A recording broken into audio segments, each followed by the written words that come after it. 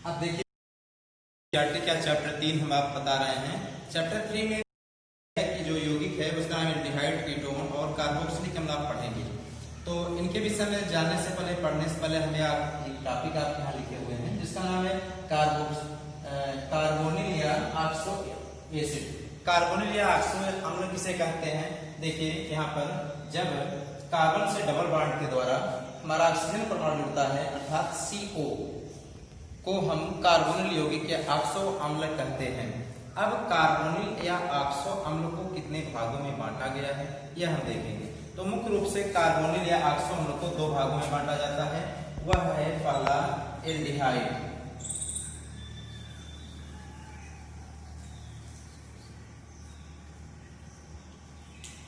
और दूसरा आपका होगा कीटोन। एल्डिहाइड और कीटोन, कार्बोनिल अम्ल को या ऑक्सो अम्ल को हम दो भागों में बांट सकते हैं, पहला एल्डिहाइड और दूसरा कीटोन। एल्डिहाइड कब होगा, कब कीटोन होगा, इनके विषय में हम जानकारी लेंगे। देखिए एल्डिहाइड तब होगा जब सिर्फ कार्बोनिल से एक इलेक्ट्रिक समूह जुड़ा हो, तब उसे हम क्या कहेंगे? एल्डिहाइड कहेंगे, अर्थात RCHO के रूप में हो एल्डिहाइड कहलाएगा।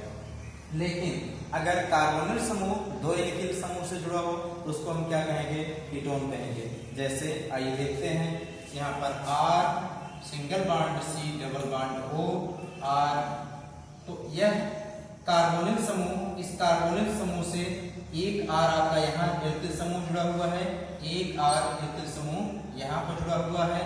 तो इस प्रकार से कुल दो R हुए, दो एल्किल समूह हुए, इसको हम क्या कह देंगे? कीटोन कहेंगे। तो यह तो था कि कार्बोनिल या ऑक्सो अम्ल को कितने भागों में बांट सकते हैं। तो आपने देखा कि कार्बोनिल या ऑक्सो अम्ल को दो भागों में बांटा गया, जो कि था एल्डिहाइड और कीटोन। अब हम बात करते हैं इनके आगे क्रम में जो है मिलेगा आपका IUPAC या एल्डिहाइड एंड कीटोन। तो देखिए IUPAC करते समय अगर एल्डिहाइड यौगिक हो अर्थात केवल एक CO उसमें उपस्थित हो तो हम उसको अल जोड़ते हैं, लेकिन अगर दो एल्किल समूह जुड़े हों तो उसको हम जोड़ते हैं ओन। जैसे इसका एग्जांपल आप देखिए CH3 CH2 CH2 CHO। यहाँ हम इस यौगिक में देख रहे हैं सिर्फ एक कार्बोनिल समूह, इसलिए यह हुआ एल्डिहाइड। और एल्डिहाइड हुआ, इसका नंबरिंग करेंगे तो नंबरिंग में आ जाएगा 4 कार्बन दिख रहा है, इसे ब्यूट हुआ, सिंगल बॉन्ड है एन हुआ, और C डबल बॉन्ड O जुड़ने के कारण इसमें अल जोड़ेंगे तो हो जाएगा ब्यूटेनल। ब्यूटेनल। इसी प्रकार से हम और इनके हायर जोड़ CHO उपस्थित होने पर अल जोड़ेंगे और IUPAC करेंगे। आगे हम बात करते हैं कीटोन का। IUPAC करते समय कीटोन का एग्जांपल देखिए, हमें जोड़ना होगा O। जैसे CH3 CH2 CO CH2 CH3। अब इसमें आप देखेंगे तो एक एल्किल समूह यहाँ पर है, एक एल्किल समूह यहाँ पर है। नंबरिंग करेंगे उस तरह से जैसे कार्बन मोनो जो आपका C डबल बॉन्ड हो कार्बोनिल समूह पहले आए, तो नंबरिंग करते हैं। अगर राइट से तो 1 2 3 तीसरे अंक पर आ रहा है, अगर हम लेफ्ट से करें तो 1 2 3, तो हम नंबरिंग करने के लिए स्वतंत्र हैं। नामकरण इसका जो अंकन है हम कर रहे हैं राइट से, तो 1 2 3 4 5, 5 कार्बन युक्त यह यौगिक है। नामकरण इसका होगा 3 पेंटेनोन या 3 ओन पेंटेन, यह भी आप लिख सकते हैं 3 ओन पेंटेन। आइए लिखेंगे 3 ओन पेंटेन, ये भी लिख सकते हैं, और 3 पेंटेनोन ये भी लिख सकते हैं। इस तरह से इनका IUPAC आप करेंगे। अब आगे हम आपको बताने वाले हैं कि समवायता इन एल्डिहाइड कीटोन, जो कार्बोनिल यौगिक है, इनकी समवायता कितनी पाई जाती है। समवायता के बाद आप पढ़ेंगे कि बनाने की सामान्य विधि, नोट कर लीजिए। अब समवायता की बात करते हैं कि कार्बोनिल यौगिक में कौन सी समवायता पाई जाती है। आइसोमेरिज में कार्बोनिल कंपाउंड्स, तो मुख्यतः हमें 3 प्रकार की समावयता इसमें देखते हैं जो कार्बन यौगिक होता है अर्थात जिसमें कार्बन मोनो और CO उपस्थित हो, तो वहां पर 3 प्रकार की समावयता होती है। पहला है चैन आइसोमेरिज्म, उसके श्रृंखला में भिन्नता उत्पन्न कर दीजिए, तो वहां पर कार्बन यौगिक में श्रृंखला में भिन्नता उत्पन्न करने पर भी आपका आइसोमर तैयार होता है। दूसरा है फंक्शनल ग्रुप, क्रियात्मक समूह, एक जो यौगिक है दूसरे यौगिक में आसानी से परिवर्तन हो जाएगा। तीसरा है आपका मेटामेरिज्म। हमने आपको मेटामेरिज्म बताया था कि कुछ द्विसंयोजी यौगिक तत्व होते हैं, अगर वह किसी में उपस्थित हो तो वहां पर आसानी से वो अपना मेटामेरिज्म प्रदर्शित करते हैं। जैसे NH है, NH है, S है और O है, तो इसमें O उपस्थित है, इसे मेटामेरिज्म यहाँ पर बताया गया है। तो पहला देखिए यहाँ पर श्रृंखला समावयता चेन आइसोमेरिज्म जिसे हमने आपको बताया है। तो पहला यौगिक हमने यहाँ पर लिखा है CH3 CH2 CH2 CHO। इसको हम क्या पढ़ेंगे, अभी ठीक पढ़े IUPAC आप पढ़े हुए हैं, तो उसका नामकरण कर दीजिए 1 2 3 4। तो 4 कार्बन इसमें उपस्थित है, तो 4 कार्बन को होता है ब्यूट, सिंगल बॉन्ड है एन और एल्डिहाइड है, आप जोड़ेंगे अल, हो जाएगा ब्यूटेनल। तो इसको ब्यूटेनल कह दिए। हमने क्या किया, इसमें एक C इसका इसमें श्रृंखला जो इसकी नॉर्मल चैन है तो उसको हम आइसो फॉर्म कर दिए। तो आइसो में देख रहे हैं CH3 CH CH3 CHO। यौगिक में उपस्थित कार्बन हाइड्रोजन वार्षिक परमाणु संख्या तो वही है, लेकिन भिन्नता उत्पन्न हो गई। तो इसको आप क्या पढ़ेंगे, 2 मेथिल ब्यूटेनल हो गया। अब आगे आप देखिए यहाँ पर दूसरा क्रियात्मक समूह। क्रियात्मक समूह समावयता में यहाँ पर ब्यूटेनल नहीं होगा, 3 कार्बन 1 2 3, तो हो जाएगा आपका पेंटेन में एक प्रोपेन ब्यूटेनल से 2 मेथिल प्रोपेनल में परिवर्तित हो गया। अब क्रियात्मक समूह समावयता में आप देखेंगे फंक्शनल ग्रुप आइसोमेरिज्म। यहाँ पर आपको लिखा गया यौगिक है CH3 CH2 CHO, इसको आप में एक प्रो एल्डिहाइड जुड़ा हुआ है, इसलिए क्या हो जाएगा ये प्रोपेनल।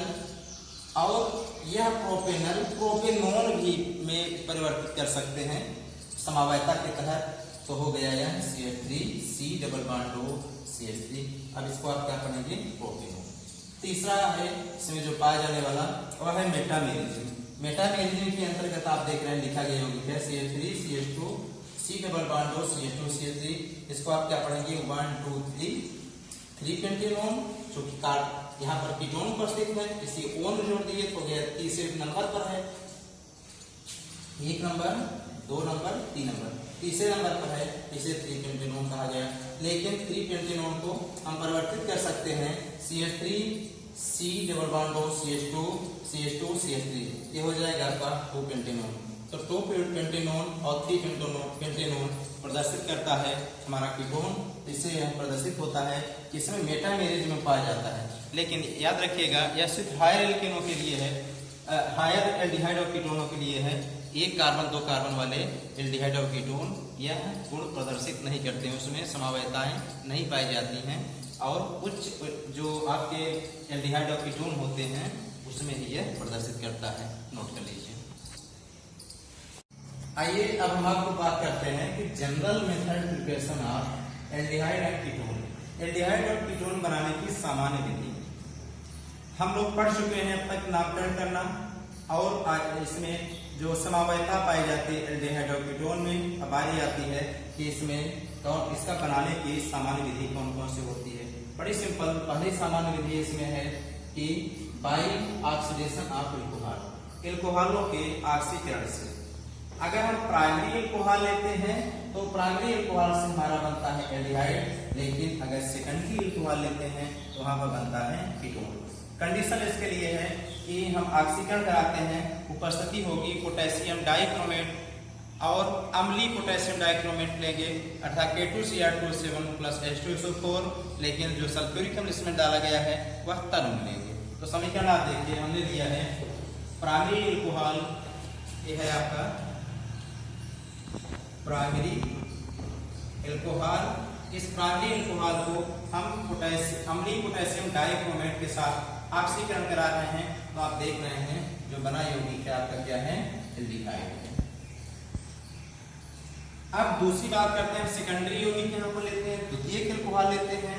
तो द्वितीयक एल्कोहल का अम्लीय पोटेशियम डाइक्रोमेट अर्थात H2SO4 F2Cr2O7 की उपस्थिति में जब इसका ऑक्सीकरण करा रहे हैं, यहाँ पर हमें RCOR प्राप्त होता है। हमने आपको पहले बताया कि जब CO के साथ दो एल्किल समूह जुड़े रहे तो वहाँ पर हम उसको कहते हैं कीटोन। तो यह हुआ हमारा यौगिक कीटोन। तो इस प्रकार से हम प्राइमरी एल्कोहल से एल्डिहाइड और सेकेंडरी एल्कोहल से हम प्राप्त कर सकते हैं कीटोन ऑक्सीकरण करा करके। अब दूसरी विधि है कि एल्कोहलों के विहाइड्रोजनीकरण द्वारा एल्कोहल जो होते हैं या प्राइमरी या सेकेंडरी लेते हैं, उन एल्कोहलों को हम विहाइड्रोजनीकरण कराते हैं अर्थात हाइड्रोजन उसमें से निष्कासित करते हैं, तब भी हमें एल्डिहाइड और कीटोन प्राप्त कर सकता है। शर्त है कि जब हम प्राथमिक एल्कोहल के वाष्प को कॉपर या सिल्वर उत्प्रेरक की उपस्थिति में 300 डिग्री सेल्सियस ताप पर अक्रिया कराते हैं, तो इस प्रकार प्राथमिक से हमें बनता है एल्डिहाइड। और सेकेंडरी एल्कोहल जब हम लेते हैं और कॉपर या सिल्वर उत्प्रेरक की उपस्थिति में 300 डिग्री सेल्सियस पर जब अक्रिया यहाँ पर हमें कीटोन प्राप्त होता है। आइए देखिए समीकरण में दूसरी विधि है एल्कोहलों के विहाइड्रोजनीकरण द्वारा बाई विहाइड्रोजनेशन ऑफ एल्कोहल। इसमें हमें क्या क्या लेना पड़ेगा, चाहे हम प्राथमिक लें चाहे सेकेंडरी लें, दोनों एल्कोहल का वाष्प लिए हैं हम। ये वाष्प है, सीधा एल्कोहल नहीं है। यहाँ पर तो डायरेक्ट एल्कोहल के साथ हमने इसका ऑक्सीकरण कराया, लेकिन इसका वाष्प लेंगे। तो हमने वाष्प लिया प्राथमिक एल्कोहल का और इसमें कॉपर या सिल्वर की कुछ मात्रा डाले आयनिक कैटालिसिस के रूप में 300 डिग्री सेल्सियस ताप पर अब हम उसको गर्म कर दे रहे हैं। यह परिवर्तित हो जा रहा है RCHO अर्थात एल्डिहाइड बना हाइड्रोजन गैस बनकर बाहर निकल जाती है। हमने दूसरे में स्टेप में हमने लिखा है RCHOS जिसको हम कहेंगे सेकेंडरी एल्कोहल। सेकेंडरी एल्कोहल तो है लेकिन उसका वाष्प यहाँ पर भी लिया गया है। तो सेकेंडरी एल्कोहल के वाष्प को जो कॉपर और सिल्वर ये दोनों उत्प्रेरक में से कोई एक उत्प्रेरक की उपस्थिति में 30 डिग्री सेल्सियस ताप पर गर्म कर दिए, तभी हमारा क्या बना RCOR- या RCOR, जिसको हम एल्डिहाइड कीटोन कहेंगे क्योंकि इसमें कार्बोनिल समूह से दो एल्किल समूह जुड़ा हुआ है प्लस H2 हाइड्रोजन गैस बनकर के बाहर निकल जा रही है। अब हम तीसरा इसकी बनाने की विधि पढ़ेंगे कि कैल्शियम फॉर्मेट से। नोट कर लीजिए। चलिए हम बात करते हैं तीसरी विधि कैल्शियम फॉर्मेट से।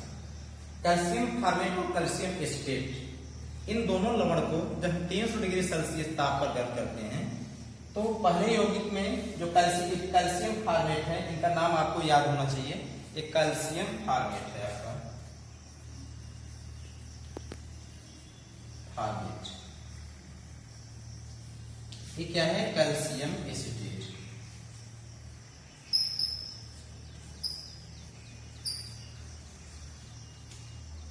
कैल्शियम फॉर्मेट HCOO का टेकन ट्वाइस Ca, इसका सूत्र HCOO का taken twice Ca calcium formate. और कैल्शियम एसीटेट का सूत्र होता है CH3COO का टेकन ट्वाइस Ca। हम जब ये लवण कैल्शियम फॉर्मेट लेते हैं और इस कैल्शियम फॉर्मेट के दो अणु लेकर के हम 300 डिग्री सेल्सियस ताप पर गर्म करते हैं, तो ये हमारा प्राप्त होता है एल्डिहाइड HCHO, एक कार्बन समूह है, एल्डिहाइड प्राप्त होता है और लवण के रूप में आपको प्राप्त हो जाएगा यह कैल्शियम कार्बोनेट, एक फॉर्मेल्डिहाइड, इसका नाम फॉर्मेल्डिहाइड। दूसरी अवस्था हम देखिए कैल्शियम एस्टेट से। कैल्शियम एस्टेट का सूत्र हमने आपको बताया CH3CO का टेकन ट्वाइस Ca। इसका भी दो अणु में लेना पड़ेगा अर्थात CH3COO Ca एक अणु और दूसरा अणु यहाँ पर आपको लिखा गया है। इन दोनों अणुओं को हम 300 डिग्री सेल्सियस ताप पर जब हम गर्म करेंगे हमें एसीटोन प्राप्त होता है जो कि कीटोन है। यह जो आपको लिखा गया है CH3COCH3, इसका नाम है एसीटोन कीटोन।